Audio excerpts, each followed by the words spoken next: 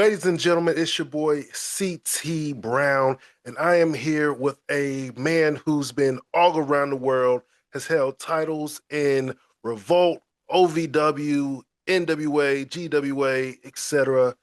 Mr. Chris Silvio. How are you doing today? Hey, I'm doing good, man. I'm blessed. Thank you for the intro. Nice to see you, CT. I am a man.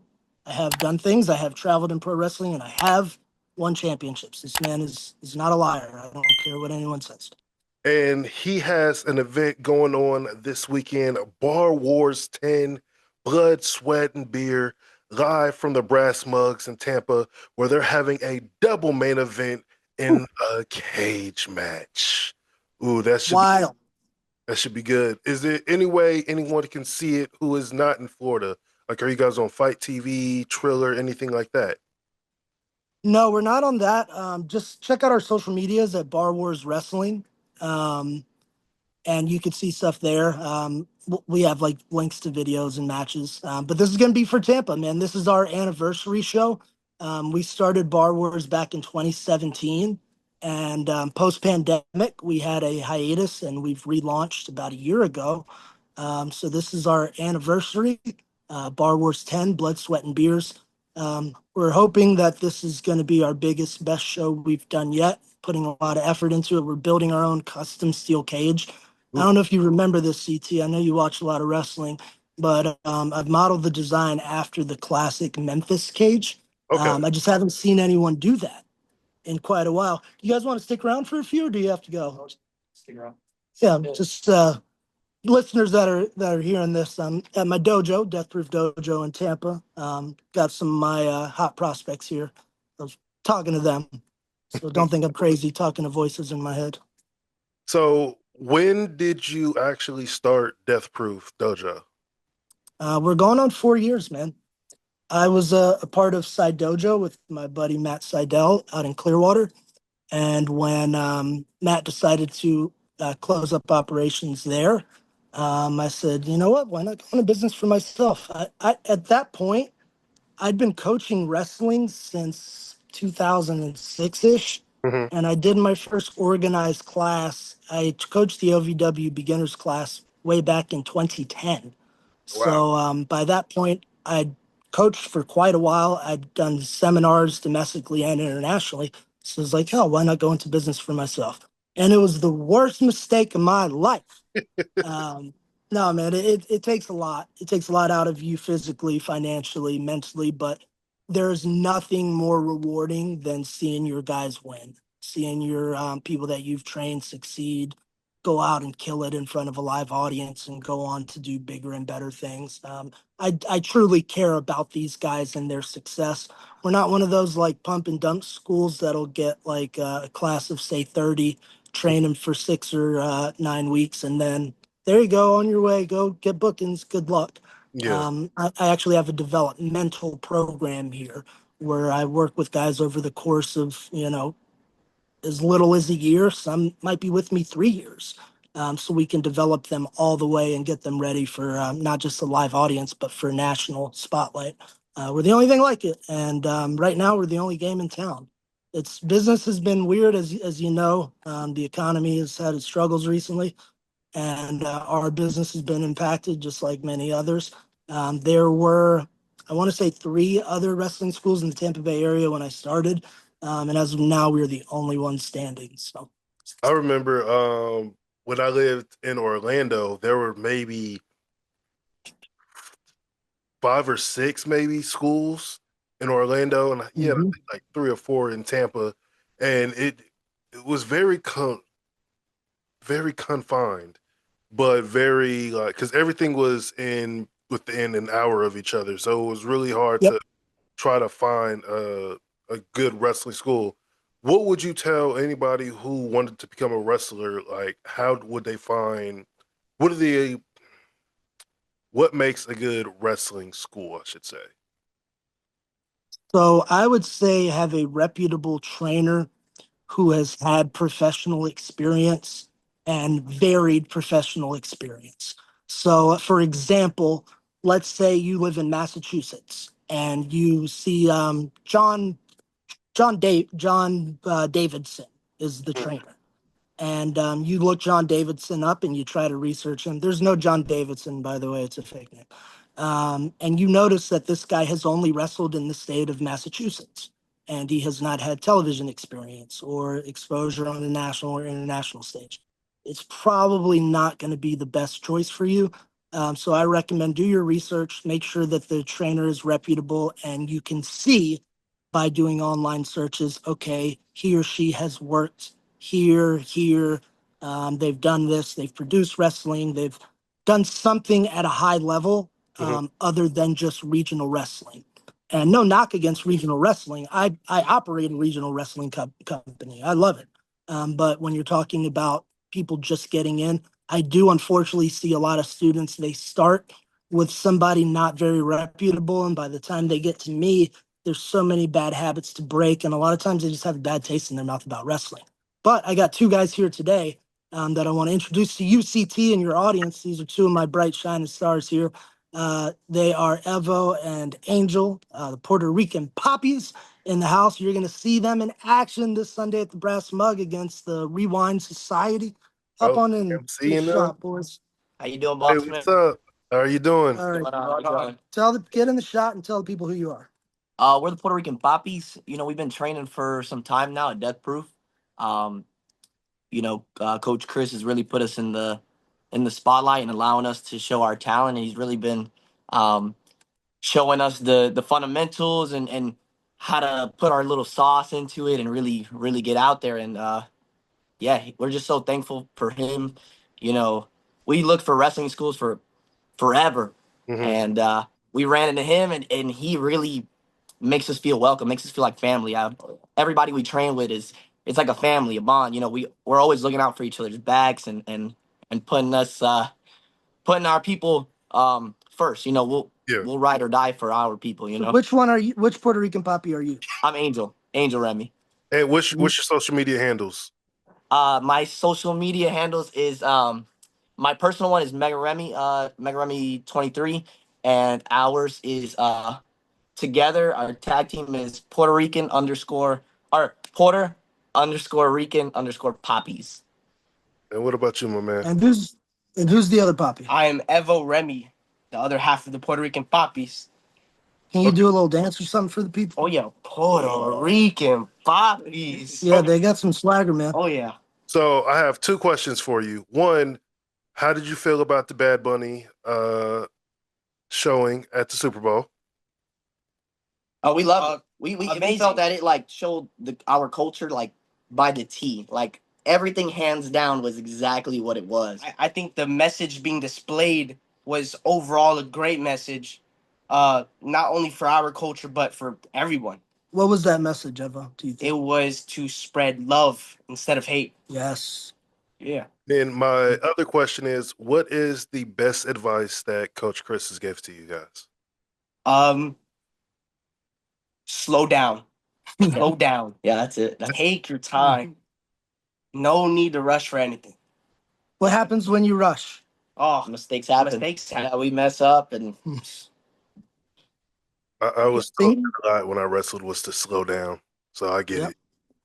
I don't know what the language is on this show, but things get effed up when you rush. Yes, very much so. But yeah, these two got a big match this Sunday against Rewind Society, Sam C and VHS. No time limit. No time limits. Last time they went to a time limit draw, so this match is going to be no limits. Boys, who's winning? You or the Rewind Society? come on, you know who it is. The Puerto Rican Poppies, gonna baby. win. All right. Well, CT, unless you got anything else for the Poppies, I'm going to send them on their way. No. I'll interview them some other time. I'll get All right. Okay. There you go. You got a booking. We Y'all got a appreciate it, brother. booking. Nice meeting you, man. All Have a good one. right.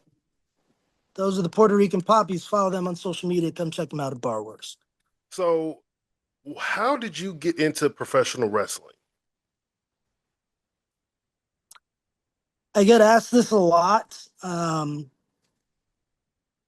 it's hard to explain, but best way I can put it is I was supposed to be in professional wrestling. Mm-hmm. So what do I mean by that? From my earliest memories, small tots, My earliest memories are wrestlers and wrestling. Um, Saturday night's main events, the LJN action figures, big rubber ones, the Hasbro ones, Hulk Hogan, Macho Man Savage. There was never a period of my life that did not either revolve around or was heavily influenced by pro wrestling. Um, I got a little story for you. Christmas of '86, I would have been two. And my brothers, I have older brothers, youngest of four. And they all got the WWF LJN action figures for Christmas. They're awesome. I got some in my office. They're like 8 inches Yeah. high, the rubber, you know what I'm talking about. They look great. And when you're a kid, oh my God. And those were like one of the hottest selling toys on the market at the time. So they got a bunch of those. And my parents had gotten me like a CNC, I don't know what else babies play with, a Hmm. puzzle, rattles. And my mother told me, and she's told the story enough times without the details changing for me to know it's true. Hmm. Every gift that I opened, she said, I said, that's nice, put it back in the box. That's nice, put it back in the box. All I wanted was the wrestling toys. Hmm. So she made my brothers give me just one of their collective figures. And I played with those and was happy as a pig in shit. And the next day, she returned all of my baby toys and got replaced the wrestlers that my brothers gave me. And I was happy with that. That was my Christmas. So that's been who I am since I came into this earth.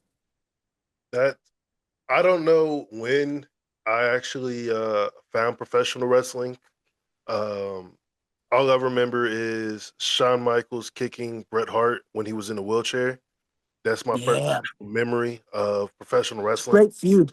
Yes, and ever since then, it was just I wanted to be a professional wrestler.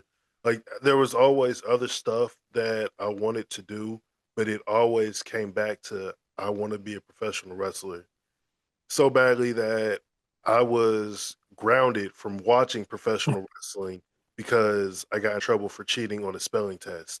And it was Ah, so I was like, I need to know what's going on. It's the Monday Night Wars. It's like, you're grounded for 2 weeks. I'm like, ah. there was no TiVo. You had to record it on the VCR. But then it was going back, since it was the Monday Night War, I was constantly going back through WCW to WWF, WCW to WWF. I wasn't Mhm. just sitting down watching one. I had to watch both of them at the same time.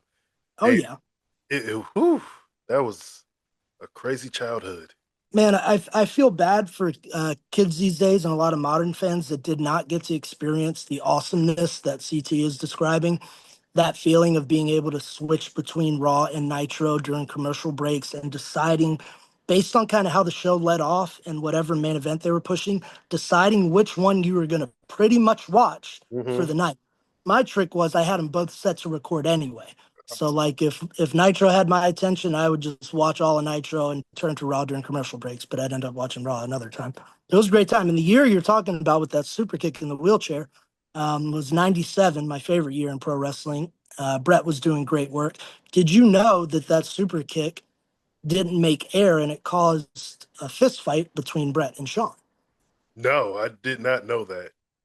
Yeah, so what was supposed to happen was Brett was cutting the scathing promo, and then for Michaels to get his comeuppance on Brett, he was going to super kick him out of the chair, the scene you're describing. Brett had inadvertently went over time. So Mm. the show ended with Brett still shit talking Shawn and didn't catch the super kick. And when Shawn got to the back and found out about it, he was like, what the hell? They had already had this beef and they had just made a truce right before this segment. Like that same night, they had just made a truce. So Brett didn't do it on purpose, but Shawn thinks Brett tried to screw him again. Yeah. And yeah, yeah. So there's a funny story behind it. But anyway, that's what I've always been.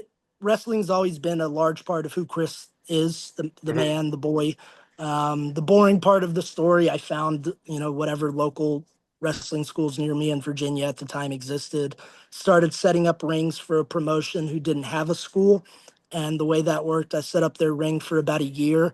And once the ring was set up, me and other young men my age would get in, try stuff and basically teach ourselves. Mhm. And every once in a while, one of the wrestlers would throw us a bone and hop in and be like, "Hey, let me show you how to do a XYZ move."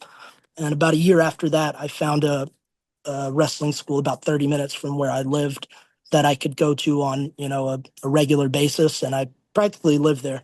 In hindsight, it was kind of like one of those places I told you earlier not to go. Mhm. But at the time, I didn't care. I just wanted to be in a pro wrestling ring. And I ended up getting a key to the place. And so I would go sometimes five nights a week. I'd be up there till 2, 3 in the morning while I was wrestling for my high school team. Nice. Getting best of both Yeah, man. worlds. Yeah, So, man. when it comes to wrestling, what do you think is the hardest, the physical or the mental? The psychology. Okay. You could teach most people moves, especially if they have a certain degree of athleticism. Hmm. You can teach them moves and you can teach them how to do a promo, but it's very hard to teach them why they do the move and when to do the move and how to react to it. So, like when we're doing so, if you're a true pro in our industry, if you're doing something in the ring, everything has action reaction. So if you're kicking my butt, CT, for 2 or 3 minutes, and I start mounting a little false comeback on you, I'm punching my way out trying to fight to the top, and when I'm almost there, it looks like, because you're taller than me, and it almost looks like I'm about to knock my larger opponent down, you scoop me up and body slam me. What's equally important to the body slam is the look on your face, your reaction to, oh no, he didn't. This Hmm. little MFer didn't just try to fight back on me, and the look on my face of pain and agony. I just threw in a little bit of psychology just in this example of how I fought up. But that's five podcast wrestling psychology is 5 podcasts worth of shit. But that's the hardest for people to get, and some people never get it. Hmm. Um, with my current crop now, I would say about 50% of them take to it well in the sense that they're conscious of it and they're open to learning. They're just still not sure because they haven't developed it over Yeah. reps and years and years. And then the other 50%, I may explain a basic psychology thing 100 times to them, and it still just isn't registering with them. Hmm. And so much of what we do, I'm sure you've probably heard this at some point, when you were wrestling, we don't wrestle with our head, we wrestle with our heart. Emotion is what sells a match. Emotion is what sells any performer to the audience. They have to have an emotional connection with you, Yeah. whether it be on a regional level or on a national level on TV. They have to have an emotional connection for good or bad with you. And that connection is done for the most part, not just by talent and charisma, those certainly help, but that's through the psychology, the whens and whys, and the hows. I know when I was wrestling, the psychology, it took like at least 2, 3 years to fully, not even fully, because you never truly understand. But it was starting to click in my head, like, oh, you don't need to do this type of move. Oh, you need to just feed your body, open your body up. Like, I would be Mm-hmm. in the corner, they chop me, boom, go to one corner to another corner. The one that's actually in a match, I would try to hit all 4 corners during the heat and just open my body up to My just man. get hit. And then, like you said, letting it show on my face, like grimace. Oh my god! Sometimes I did actually hurt myself, so the grimacing was real, but it was oh Chops hurt. yeah. Oh no, it was you got 2 chops and then I'm pushing you away and I'm crawling on my knees to the next corner. I hate chops, especially when they get you right in the nipple. Mm-mm. Yeah, nipple chops suck, man. And throat chops suck. Yeah, yeah. This was a when I was training at OVW in Rip Rogers' class. This dude chopped my girlfriend at the time in the throat, Ooh. and we were just practicing. It was like You grab a partner, and Hmm. there was like 30 of us training in the ring and around the mats. And he chops her in the throat, and just out of reflex, she just throws her right cross and punches him in the nose. I thought it was the funniest thing. Hey, you gotta look forward to that receipt. Mm. Shot me in the throat, immediate punch in the nose. So, how do you balance wrestling with your everyday life? Like, how hard is it to balance it? Sometimes, man, it's seemingly impossible and like an insurmountable task, especially for me, where I am so embedded in pro wrestling. I have my dojo, my school here, where I train people 6 days a week. I have my shows that I run. Um, I'm not taking, due to a laundry list of injuries. I'm not taking many wrestling bookings. I'm very selective about that, but I do take some wrestling bookings.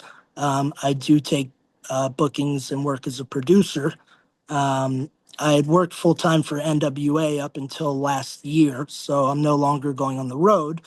But producing. I do creative consulting for performers on the indie level, all the way to people you see on national TV. If you see a really good promo on national TV, there's a faint possibility that I might be the person that wrote it, but you don't know that. Yeah, So all of my work is revolved around pro wrestling. So it is really hard splitting that. When you open your own business too, any small business owner knows you practically live there. But what I try to do is remember the things that are important outside of wrestling. I try to remember, my partner, and the things about her that makes me happy, or a friend that makes me happy. I try. I need to do better at this, but I try to get in as much family time as I can. Um, you know, and make sure that like my partners know that I love them, and I am so busy doing all this stuff, but it's because of my job, not because I don't want to spend time with them, and just make the most of the time I do get to spend with the people I love. And the beach. The beach also helps a lot. so how is it producing instead of active like wrestling in the ring? Because I haven't met any real producer for a wrestling show. I like it. When I get to be really creative with it, and kind of get carte blanche in what to do with the match or segment, I love it. Hmm. But it's fun. I prefer producing promos to matches, because I feel like I'm a director in a film, like I'm Martin Scorsese and they're the actor, and I tell them their motivation and what story we need to get across, and then let them use their acting prowess to now bring it on the screen. Um, so that's my favorite thing to do as a producer. I like producing matches as well, but there's something about promos and watching them hit the mark just right to where you start feeling goosebumps, and everyone else in the room has the same feeling. That's really cool. And producing matches that exceed expectations is an awesome feeling. I've found that there was a while, you may remember this. I had a career and life altering injury in 2019, and I wasn't supposed to ever wrestle again. Um, my career was done, and I was advised that playing any sport is not going to be in my future. And I even asked jokingly, like, what about like kickball and stuff like that? Yeah. They're like, no, there will be no more athletic or sport in your future. Like, those days are done. And that was a hard pill to swallow. Um, but over those 4-ish years that I was out of physical action in pro wrestling, I was getting my body stronger and trying to get my mind as strong as it could be. And I had that goal in my head that I'm not going to let this beat me. I will step foot into a ring again. Mhm. And I was able to do that. I haven't wrestled full time since, but I had a return match, and I've had some, sparingly. I've had some really great matches since then. I'm able to get in there with my boys and girls here and demonstrate things, roll around with them. Something really special as a coach is being able to have matches in front of a crowd with your students. I've gotten to do that twice, which feels really nice. Once in the NWA, and that was a really good feeling. Being able to get somebody under my tutelage, national exposure, and getting to wrestle them on that stage is a really nice thing. But yeah, producing is it's as close as you're gonna get. You know as well as I do the feeling when you have a good wrestling match and you walk to the back, that high that keeps us coming back every time. Mm-hmm. The closest to that I've found outside of having my own matches are producing a match that exceeds expectations. So when it comes to producing matches, because I on the indies, I'm so used to us, like me and you would go and we would talk about it. How does the producer like put their input into said match? I can kind of just tell you how I do it. So if you're working for a company like a national company, they're the owner, the booker, whomever. They're going to tell you what they want and what business needs to be done. But they're not going to tell you other than like, I want CT to win with his brainbuster. They're not going to tell you what moves to do or what spots to Mm. do. They may say something like, at some point during the match, CT has a really good moonsault. I want him to miss that. Okay. And you will then take that and you transfer that to the talent. Okay, so here's what we got. First thing I'll say is we got X amount of time. We got 10 minutes, and CT, you're going to be over with your finish. The boss wants to make sure that you miss the moonsault at some point, and whatever other details the boss gave me. If that's the only detail that they've given me is that you're over with the brain buster in text, and you're going to miss a moonsault, I'll say, here's what I want you guys to do. Get together for about 10, 20 minutes, talk some stuff through, see what you guys come up with, and get back with me. And I will tweak things from there and insert or subtract things. They say, okay, they'll go. They'll say, okay, Chris or coach, here's what we got. And then I will tweak the psychology because far more often than not, they have some good ideas in there, but they have some stuff that just isn't going to work Mhm. psychologically. Like there might be like a power bomb at minute 5, and minute 6 they want the guy that just got power bombed to be making a comeback. So I'll have to explain psychology to them. Often when I'm producing for another company, I'll try to think of a good emotional hook for the match that's going to hook the viewers in Mhm. and say, hey, and I'll give that to them in the initial instructions. Here's what the boss wants. I have an idea. So for the heat of the match, I want you to do XYZ, and that'll get the crowd sufficiently pissed. So now we can roll into whatever. On my Bar Wars shows, I have producers. It was almost non-existent having producers on the indies for most of the time. You probably had very few, if any. I think we might have Nowadays, Entail, but nothing like right. you guys. Nowadays, you will see more producers on the indies. There's still not a lot. Like I get gigs to produce on the indies sometimes, but on my shows, I have producers, and depending on the match, I may be really hands-on. Like if it's important to business, Mhm. like on my shows, I might give them 50% of the match. Okay. Um, whereas if there's two wrestlers that I trust and they understand my vision of how I want things, they know how my brain works, Mhm. I'll leave it almost entirely to them with the exception of the finish, and this is the business I want you to get across. And then I'll have it run it by one of the producers so they could just make sure all the T's are crossed, I's are dotted, and that psychology wise nothing is out of place. But yeah, there are some matches that I'm extremely hands-on. Well, that's good to know because um, every now and again you'll see, especially on WWE, like this person produced this match, this person produced this match, and I never fully understood like what they actually were producing. I just see the overall match in the ring. I'm like, oh, okay. Just in general about producers, like let's say you got two really good high-level talents. Hmm. Um, the average producer would likely say, okay, here are the bullet points the office wants. You guys put it together. And then the talents will come with them and tell them the match that they made up. And the producer will be like, okay, cool. That spot here where you're going to do the neck breaker thing, what if, that's the magic word, what if?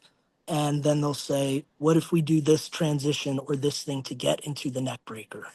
Or they'll see something that the talent wasn't aware of. It's that coach's perspective of having that third eye watching, that outside view that'll say, yeah, this spot here in minute 7, that's really, really good. But at the end of it, let's have you guys double down and let that sink in so the audience can appreciate it instead of selling your way back up. Does that make sense? Yeah. So the So average producer of really good talent does more tweaking than creating. okay. In your words, what is the best thing about indie wrestling? Nothing. No, I'm just kidding. Freedom to create.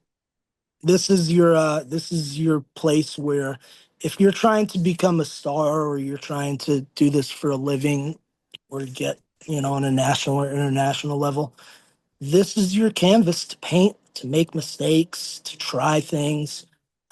You have to experiment in front of the audience. Pro wrestling and stand up comedy have so many parallels. Mhm. Where a stand up act is going to go to these small clubs and open mics. They might be a national, like Dave Chappelle still goes to open mics. That's where they could craft their jokes and see if they hit, see if they land.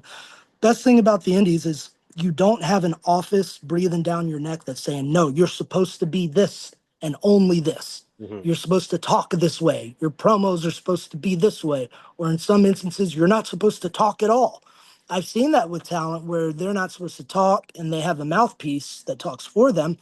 And I see how frustrated the talent is because they're like, I have a fucking voice too. I can't talk. Like, Mhm. what's up?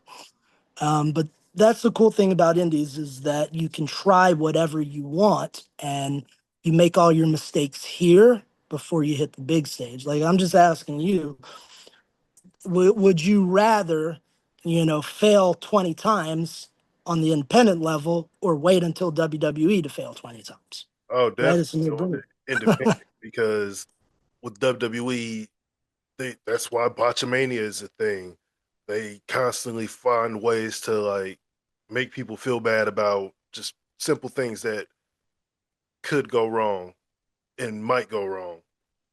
But Mm-hmm. definitely on the indies, because at least then you can make like somewhat of a joke out of it. So it's like, oh, I didn't do this on the in front of millions of people. I did this in front of 50, 100, and I can joke like, oh, that's why I fell, blah blah blah blah. But you're still, Mm-hmm. I'm right here. Mm-hmm. Exactly. And one other thing I love about indies, there's a certain intimacy to indie wrestling shows because the average indie show, like the venues are generally like set up to cater to 100 to 300 people. Hmm. And, you got the autograph and merch tables out there and a lot of people and the wrestlers all in this like small confined area that you interact with the fans more. Yeah. They get an up close view. Like when you buy a ticket to see an arena show, you're at minimum 30 feet away from the action unless you buy the $1,000 front row seats. A front row indie seat is sometimes like 4 feet from the ring. Hmm. There's literally no bad seat in the house on an indie show. So you get to see it up close and then you get to talk to all of them while they're out selling their merch or while they're coming into the building or while they're going to their cars. And if you're a fan that does that, please be respectful. I love meeting fans, talking to fans. I will literally sign anything you give me. I will sign it. But just be respectful when people are coming in and out. But yeah, that's one of the things I love about indies is it's so much access to the talent. You can forge these bonds with your fan base, especially if you have a company like mine where we perform in front of the same fan base on a regular basis. They get to know everybody. They get to know every character, and they have an emotional investment. Coming back to that emotion again, they have an emotional investment with the character because they've seen them, they've talked to them, they've interacted with them. The talent has been nice to them, or Yeah. the talent has been mean to them if they're the heel, but they've done it with a wink and a nod. So now the fan is in on the joke, and it makes them endear themselves even further. See, I tell people that there's constantly people who are just like pro major promotions, and I'm always like, one, they're pricing everybody out right now. If you're a family of four, it's hard to get tickets to like WWE, AEW, but you can easily get your family of four tickets for an indie event and have a great time. And you never know who you're going to meet on the indies. Case in point, JC Hmm. Jane in NXT. She was always Hmm. around Tampa in the Florida area, and me and her Hmm. grew up in the wrestling business together. You never know who then is going to make it there. And it's like you could be like, "Oh, Hmm. I remember this person when they were just in the indies and here's my picture of them, blah blah blah blah blah." And just always Yeah, man. push that. I'm going to make a bold statement too. Barring pay per views or really big shows like All Out or something like that, the indie show, if it's a good, if the talent is good, let me preface it by saying that if the talent is good, an indie show is more fun than watching the big leagues. It just is. You could see better. You could hear everything better. You're interacting with the wrestlers. People love shouting and booing and chanting and all that stuff. Um, and I know too, as a fan, I'm still a wrestling fan. Um, I went to a lot of major league shows when I was a kid into my teenage years, and I've produced and wrestled with major league shows. I have more fun at an indie show, and I think the audience does too. I Anytime there's an indie show and I'm off work, I try to make it out there. And the one thing that I always do as well is I always buy somebody's merch, like because I want to help like promote them and like, oh, Very important. it's like whose shirt is that? Oh, well, this is a wrestler. I met him here. This is his social media handle, and I've been able to get my fiance to do the same, but it's mainly me buying her stuff. But I mean, Yeah, that's the way it goes. yeah. Can you explain to the fan base you have here why that's an important thing to do? Well, because one, merch is not is very expensive to buy as bulk and everything, but it's also showing your appreciation for said wrestler. Um, and sometimes us as wrestlers, we might have a bad day. It's like, oh, no one's really coming to talk to us. No one's was Hmm. the match was this and that, and then just somebody coming up and saying, "Hey, how much is this? How much is a T-shirt? How much is a picture? I want to buy it." That can give us like a morale boost. But okay, Hmm. I'm getting somewhere. Someone is noticing me, and if this one person notices me, then I can try a little bit harder. So now I get two people to come and buy something from me. Next time, hey, I'm gonna go on a limb, four people, and then the more people are buying stuff from you, the promoter's also seeing that and like, oh, this person is somewhat of a draw. Hmm. Oh, let me invite him back next time. Oh, he had a 30-second squash match. He's getting people to come up to his table.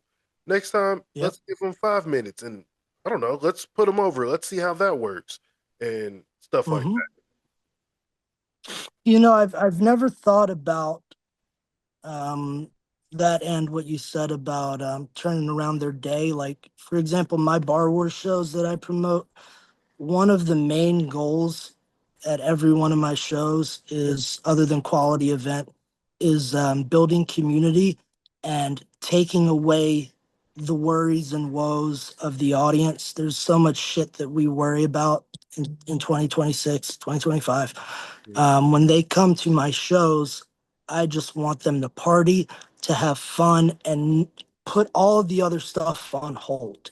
It'll be there later, but for these few hours, they just have a blast. Mhm. But what you said is really cool, and I've never thought about it in a way that I do that, and that's my goal for the fans. The fans do have the ability to do that to a wrestler, like the case you were just saying of, maybe things aren't going great in their world. The first person of the night that buys their T-shirt, and a lot of indie wrestlers do not like make a lot of money. So that T-shirt that you just bought, that might have been the gas money that gets them home. So Mhm. that's a really good point. I like that philosophy. And then I love taking people who have never been to a wrestling show to their first wrestling show. I'm like, sometimes they're like, "Oh, where's the trampoline?" I'm like, as soon as the show ends, I'm like, "Hey, can I show them the ring? Lift up the ring skirt. See that right there? No trampolines, bro. Just wood and a little bit of padding." It's like, and it's just funny just to see their face. I'm like, "Oh, damn." I'm like, "Yeah, this is no joke. People, Man, if we it's fake, if but we had trampolines, I would be wrestling full time still and be having 30-minute matches 4 times a week. It'd be nice. yeah, it would." I remember my first injury was we were practicing power bombs, and I got a concussion, and it's like, Oof, those are serious.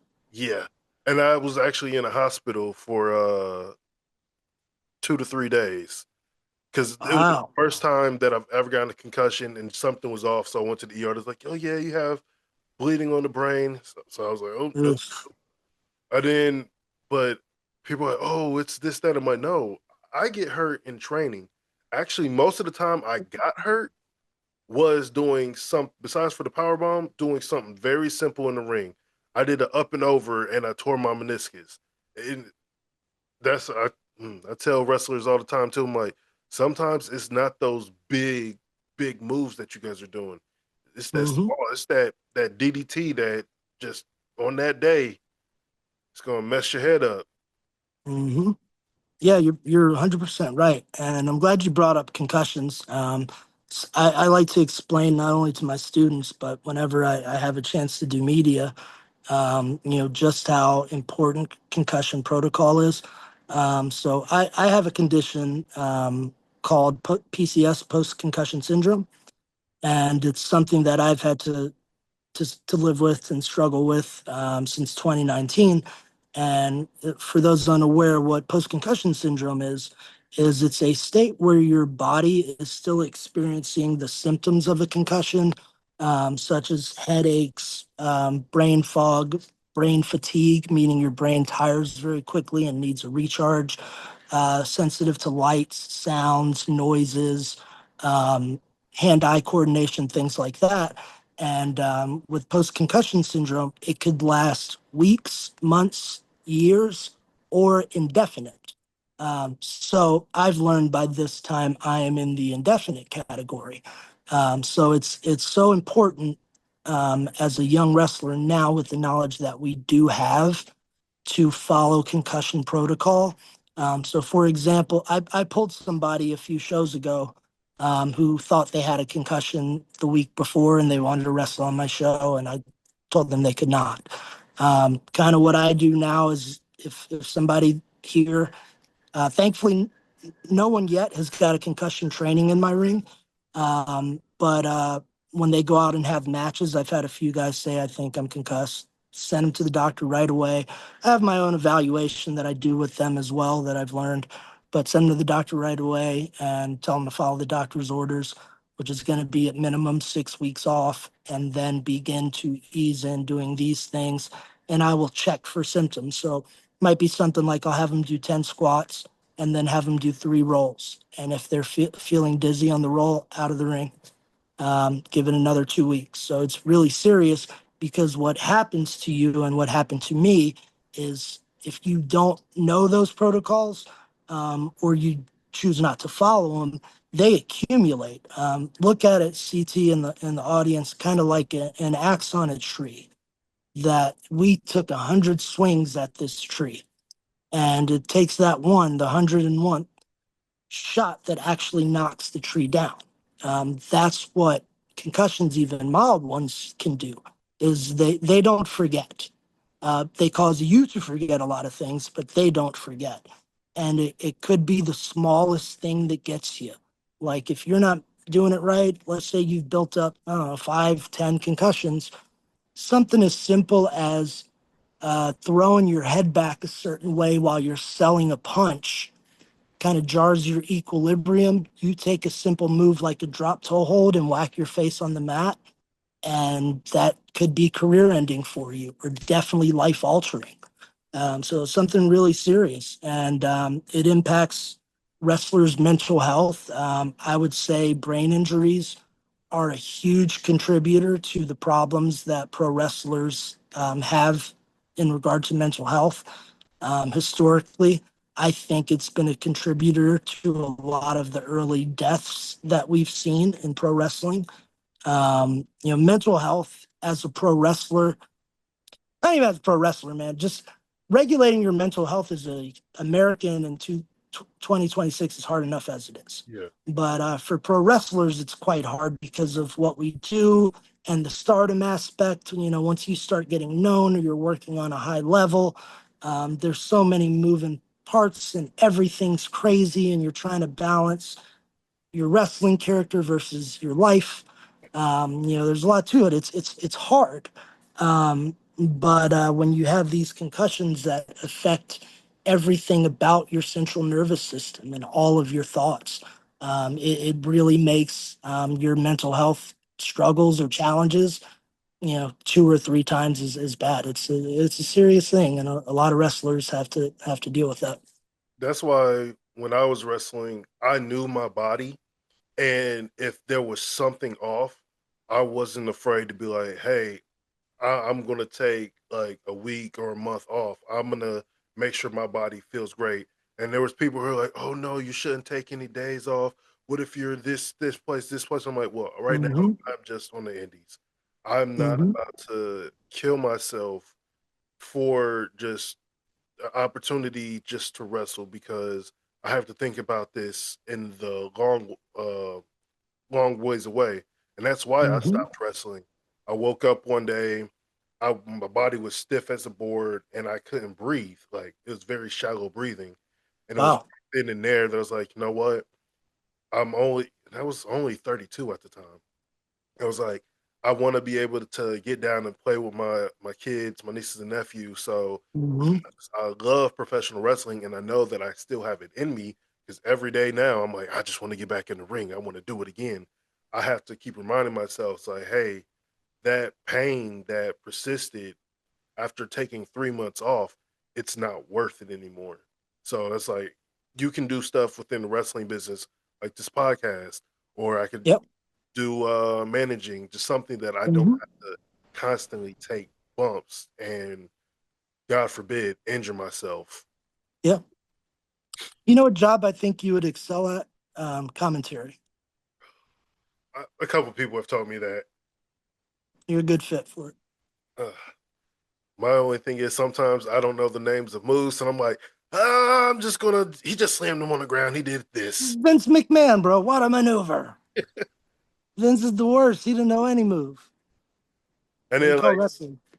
I watch people who know like the Mexican or the Japanese worst names. I'm like, I'm not gonna remember that. That is just a pseudo neck breaker, a modified neck breaker, something like that.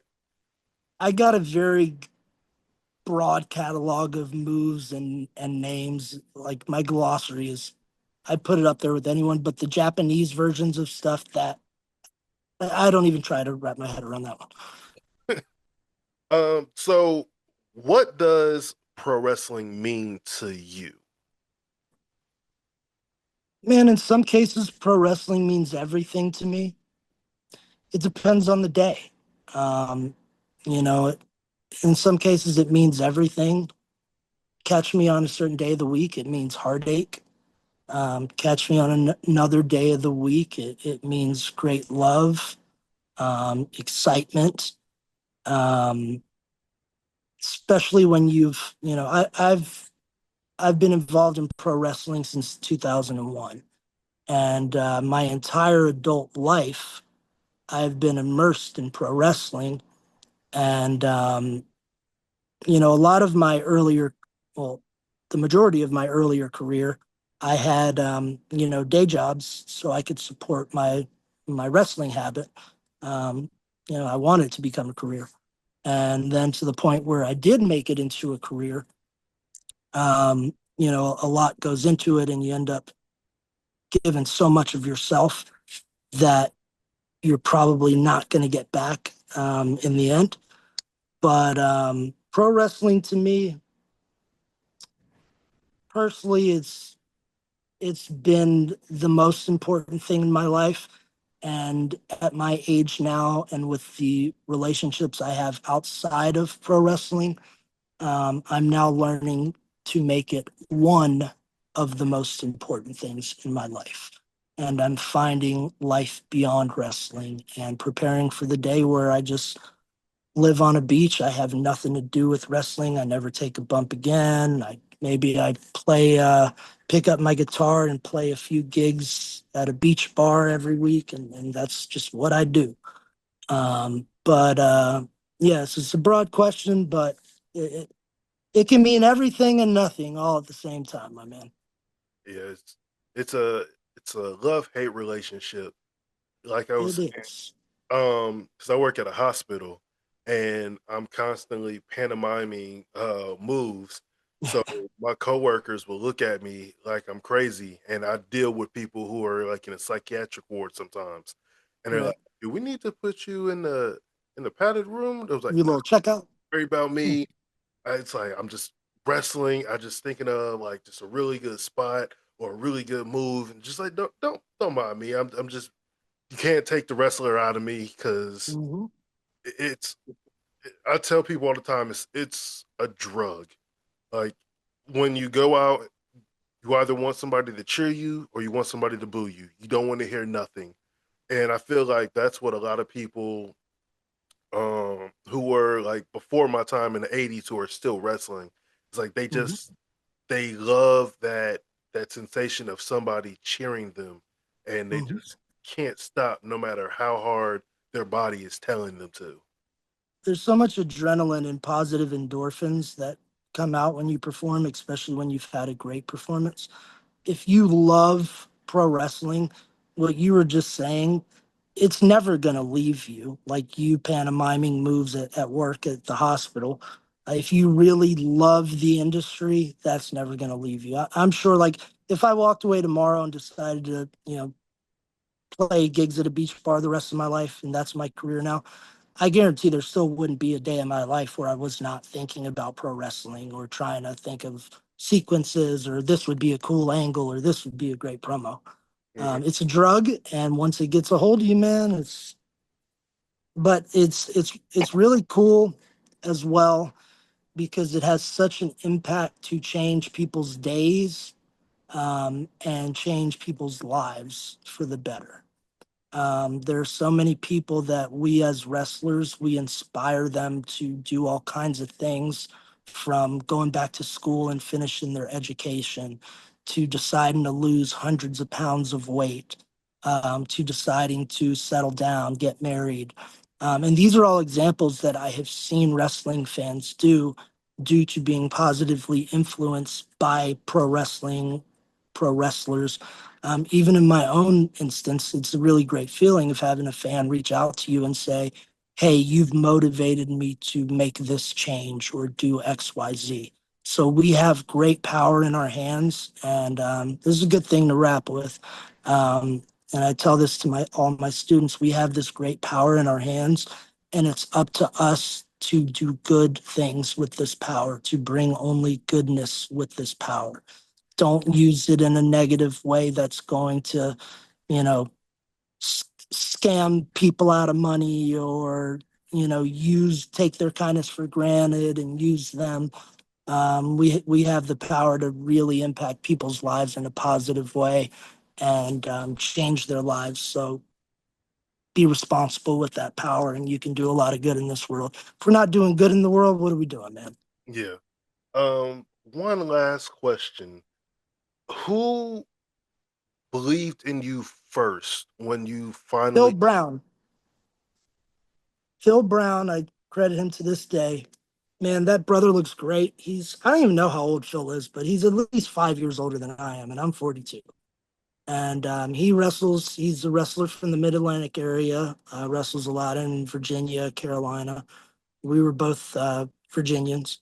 Um, and when I was coming up, it's within my first uh, maybe 3 years in the business.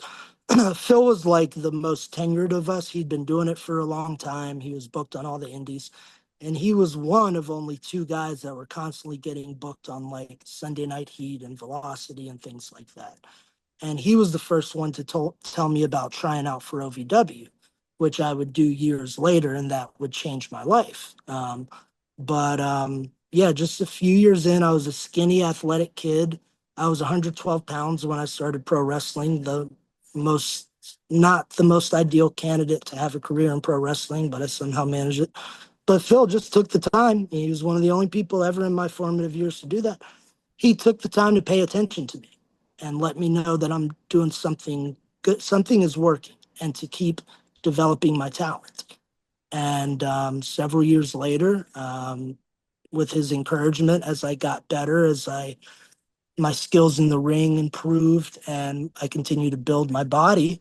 OVW, Ohio Valley Wrestling, was ultra successful as WWE's feeder system, their farm league, now known as NXT. And after getting better and heeding Phil's advice, I would get accepted and went to a tryout at OVW, and got into train under the great Rip Rogers. And they would go on to change my life. Triple Crown champion. I'd win the OVW heavyweight, TV, and tag team titles. One of a short list of men to do so. Illustrious names on that list include people like Brock Lesnar.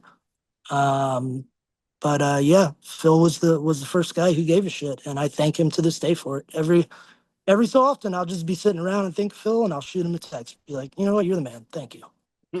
love it? And Jim Cornette on a national level was the first one. Cornette gave me my first job in pro wrestling, and I'll always be grateful for him. He's another one I send an annual email out to. Thank you. First break. So thank you, Cornette. So, before I let you go, how can people get a hold of you or Yeah. the dojo? Yeah, I'm at the Chris Silvio on all your social medias. We are at Death-Proof Dojo. If you're interested in watching some cool content, we do a lot of how-to tutorials and stuff too for the wrestlers listening or trainees listening. You can get in touch with us on there. But the big news, at Bar Wars Wrestling on Facebook, you can find us. We have our anniversary show, Bar Wars 10, Blood, Sweat, and Beers, this Sunday, the 15th of February. We have a double main event, steel cage match. We're going to have Genocide versus La Brava. We're going to have Jackson Slade, Jonathan Hudson, and Benji Neptune versus one mystery opponent. Who could that be? And the winner of that match will become the first ever Bar Wars Intergalactic Champion. It's going to be nuts. Uh, love to see it, and I appreciate you for being on the show. And hopefully, I can come down to Tampa and I can I'd love that. sit down on one of your shows. Yeah, man, I would love that. You and I have wrestled each other before, haven't we? Yeah, we have at least 2 or 3 times. I knew for a fact we'd done several shows together, Mhm. but I could have sworn I had a match with you at least one. Yeah, I Hell yeah. think it's one of mine. Yeah, because yeah, I might look it up. See, Well, there we go. I have in fact done battle with CT. But thanks for having me, man. It was good catching up with you and chatting, talking shop, and hopefully the listeners get a lot out of this one. And the message I'll give you to the listeners is promote goodness in this world, promote kindness. There's enough hate and negativity to go around. The only cure to that is love, light, and kindness. yes, it is. But There it is, everybody. It's Post to the Ring. I will see you next time with another interview. Peace out, everybody.